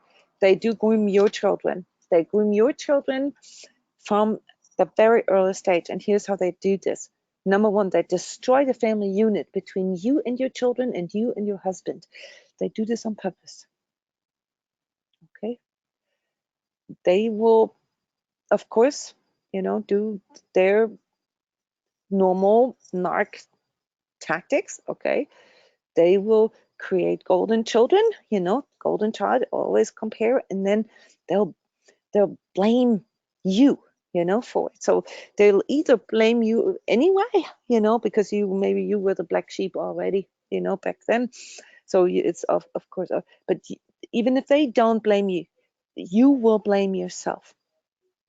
Okay, so they will seed this into the children, that they will later blame you as well. Okay, how can you do this? Well, first of all, you need to, of course, like we've already talked about, you need to like really connect with your children and empathetically be there and acknowledge their feelings at all time. Okay, so don't fall into that trap. Okay, don't go into this like competition or trying to compensate or trying to heal. No, no, no, no, no. Don't need to worry about this. All you need to do is harmonize.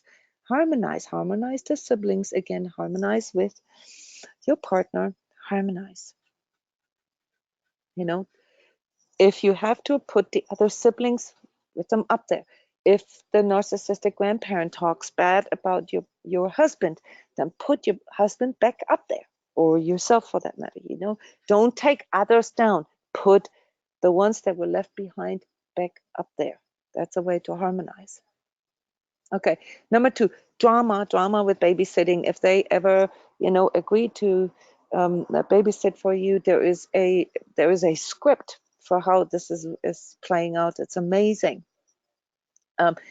However, the details of that are, but in the end, you will feel like you owe them something. Okay, but at the same time, they'll also make you responsible if you don't ask them to babysit. Okay, they'll make you feel bad if you ask them, and they'll make you feel bad if you don't ask them.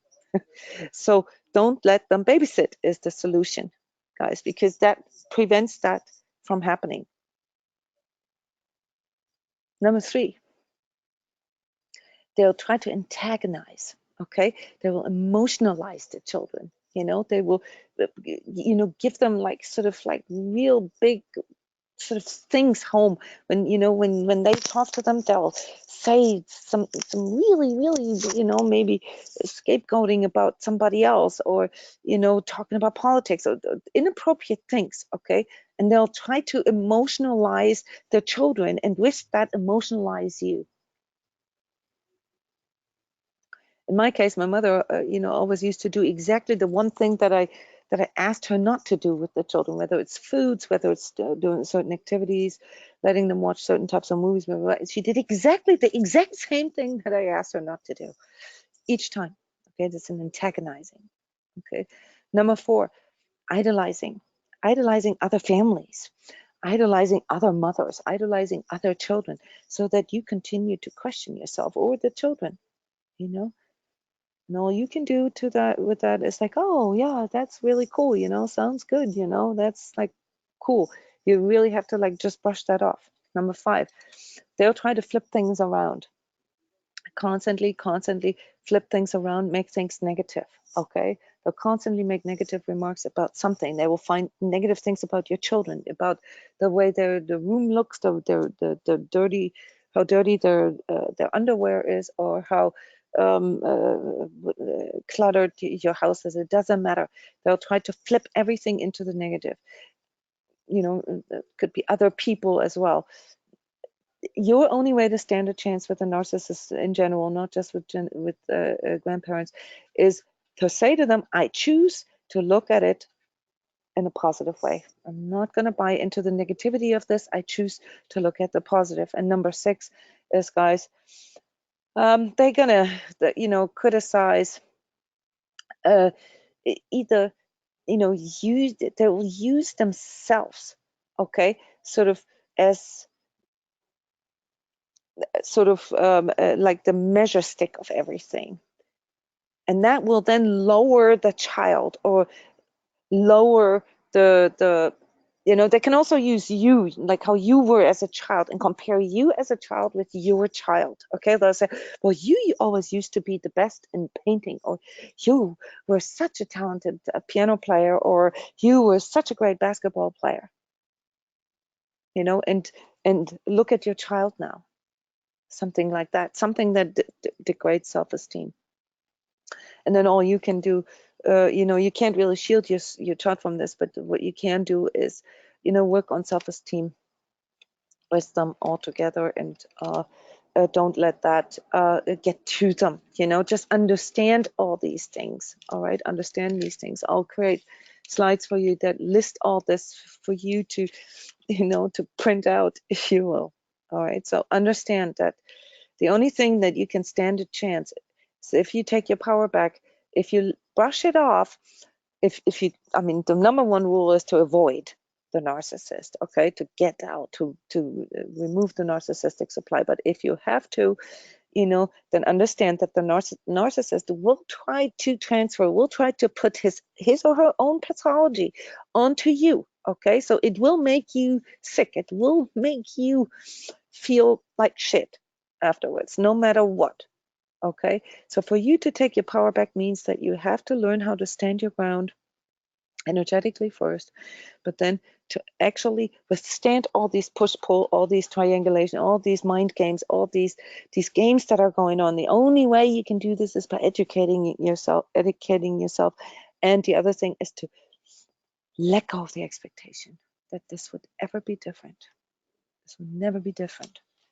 It's not because your parents are mean or because they don't love you. It's because the way they love you isn't healthy.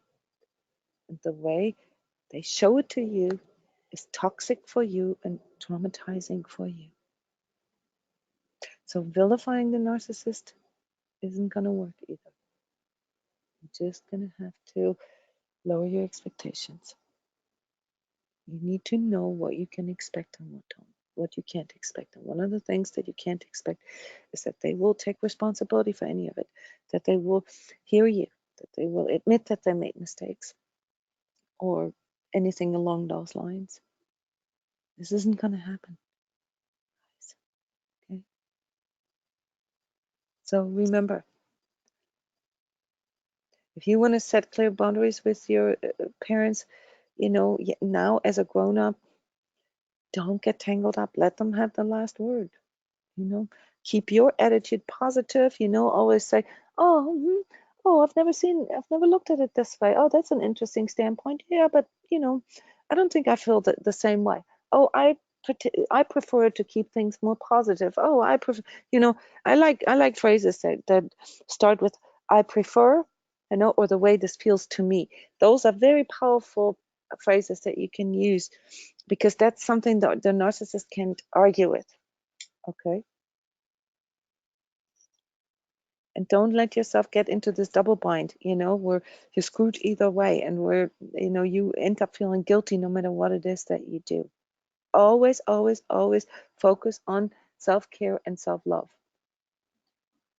What's underneath those texts? We won't be able to cover this today. We'll cover this next time when we talk about the recovery process, like how, you know, what the process looks like when you actually get out of a narcissistic a relationship, like a narcissistic trauma, and which will then lead to you better understanding it, and also why, you know, you can only expect certain things and other things you can't.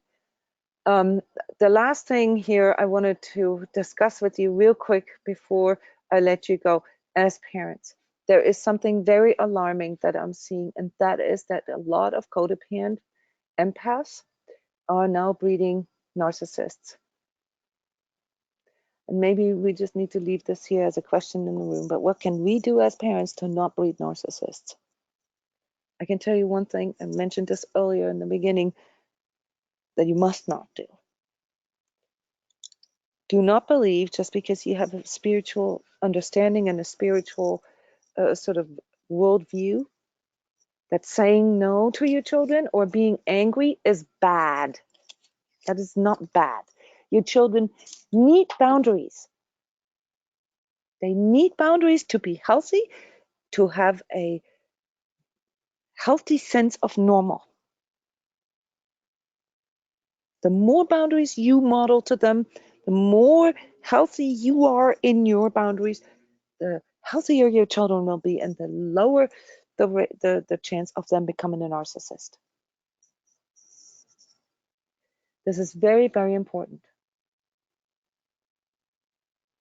Permissive parenting breeds narcissists, guys.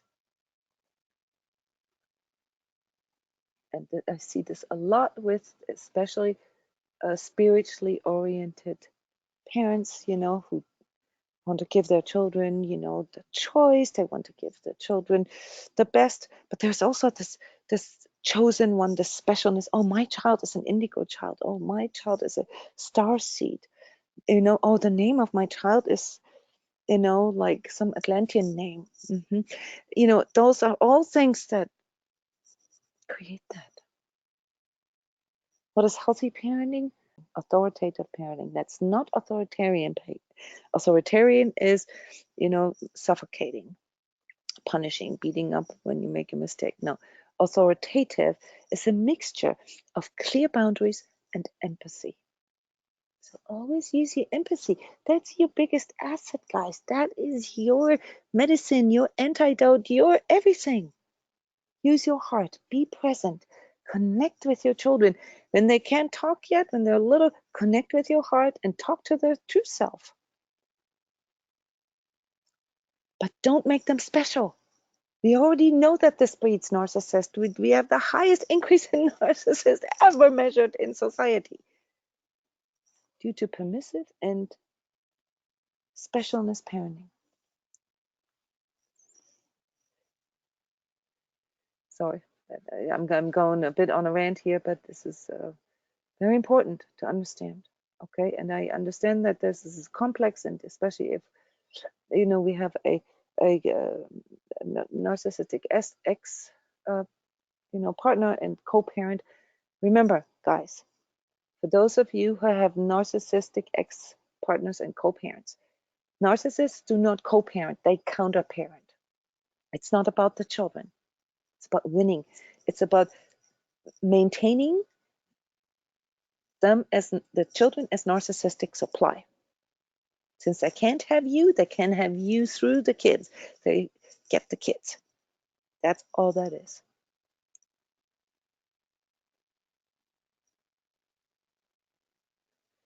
All right, let's wrap this up here, everybody. I hope I didn't go too far.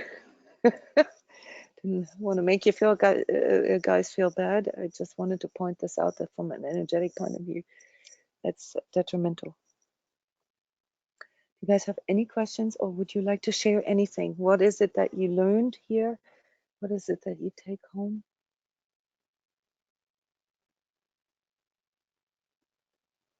Valuable, yeah, informative. Yeah, thank you guys for your time.